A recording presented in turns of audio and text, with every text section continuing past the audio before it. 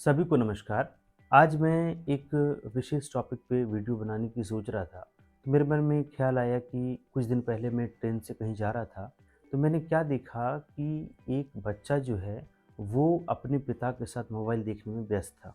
अब ये बात भले ही बहुत असामान्य आपको लग सकती है, बहुत छोटी बातें लग सकती है कि बच्चा मोबाइल से खेल रहा है।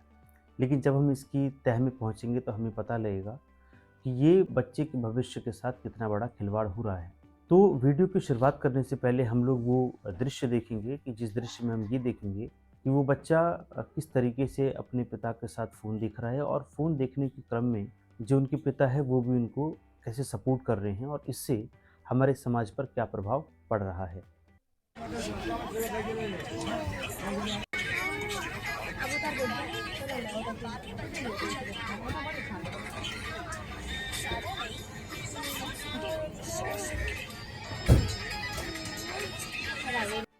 तो अभी आपने जो वीडियो देखा उसमें आपने देखा कि किस तरीके से एक बच्चा अपने फ़ोन से चिपका हुआ है, मतलब पिता ही फ़ोन इस्तेमाल कर रहे हैं लेकिन वो बच्चे को देख रहे हैं।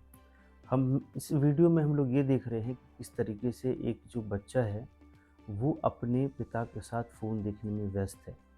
अब हम सभी जानते हैं कि बच्चे हमारी कॉपी करते हैं, जो हमें वो करते हुए देखते हैं वो उस तरीके की चीज़ें वो करने की कोशिश करते हैं। अब यहाँ पे सबसे बड़ा सवाल हमारे लिए है कि हम अपने बच्चों को डाँटते हैं कि फ़ोन नहीं देखना है, ये नहीं करना है, वो नहीं करना है, तुम बिगड़ गए हो। तो ये सारी रिस्पॉन्सिबिलिटी कहीं न कहीं हमारे ऊपर आती है कि हम उनको कैसे सुधारें। अगर हम बच्चों के सामने फ़ोन इस्तेमाल करते हैं, बराबर उन चीज़ों को देख रहे हैं, तो कहीं न कहीं बच्चे हमारी कॉपी करते हैं।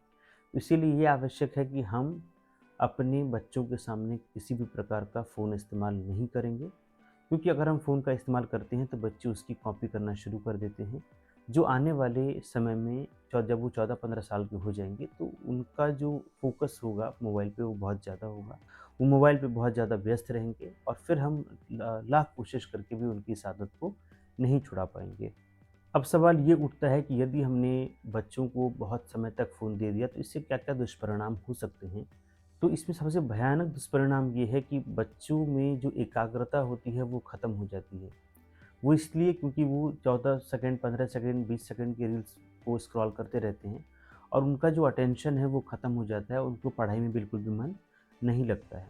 दूसरी सबसे बड़ी बात है कि रिश्तों में दूरी हो जाती है, क्योंकि बच्चा को जब आप फ़ोन देकर के उसको हटा देते हैं, तो इससे क्या होता है कि जो बच्चा है वो अपना अधिकांश समय फ़ोन में ही देता है, जिसके कारण क्या होता है, उनकी सोचने और समझने की शक्ति बिल्कुल समाप्त हो जाती है। और सबसे मुश्किल बात ये है कि उनकी उनमें जो पेशेंस का लेवल होता है वो भी ख़राब हो जाता है, मतलब बच्चे में धैर्य की कमी हो जाती है। तो ये सारी चीज़ें हमको सोचना पड़ेगा, अगर हम ये सारी चीज़ें नहीं सोचेंगे तो फिर आने वाला समय हमारे लिए बहुत खतरनाक आने वाला है। तो उनसे बचने के लिए ये ज़रूरी है कि हम जो हमारा जो हम बच्चे को जो पालन-पोषण करते हैं, उनमें जो कुछ रिस्ट्रिक्शंस हैं, जो कुछ कमियाँ हैं, उनको निकालेंगे, हमारे अंदर जो कमियाँ हैं, उनको निकालेंगे और उसके पश्चात आप आगे देखेंगे कि बच्चे हमारे किस तरीके से ग्रो कर रहे हैं। अब सबसे बड़ा प्रश्न यह आता है कि हम उनको इन आदतों से कैसे छुड़ाएँगे?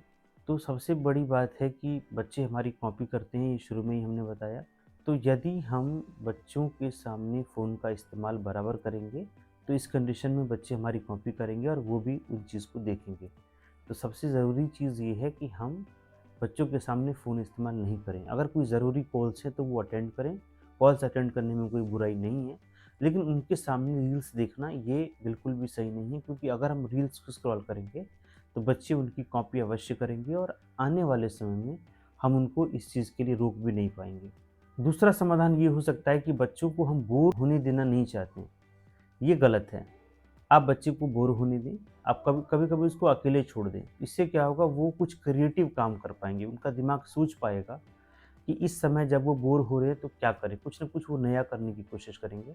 इसीलिए ये आवश्यक है कि जब आपको लगे कि आपका बच्चा बोर हो रहा है तो उसको वैसे ही छोड़ दें।